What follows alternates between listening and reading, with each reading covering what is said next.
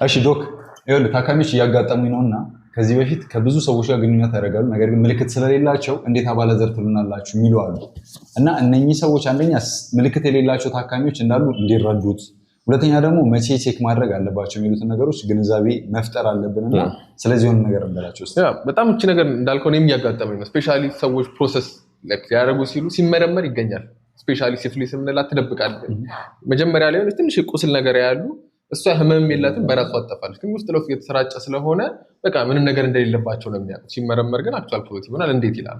ያው ስፔሻሊ ከብዙ ሰው ጋር ግንኙነት ያላቸው ሰዎች ሪስካቸው ከፍ ያለ ነው ምልክት የለም ማለት ይሄ ነገር ላይኖር ይችላል ወር የለም ማለት አይደለም እና ኢቭን ፈሳሽ ያላቸው የአባላዘር በሽታዎች ራሱ አንዳንዴ የሆነ ሰዓት ይመጣል የሆነ ሰዓት ደግሞ ይጠፋልና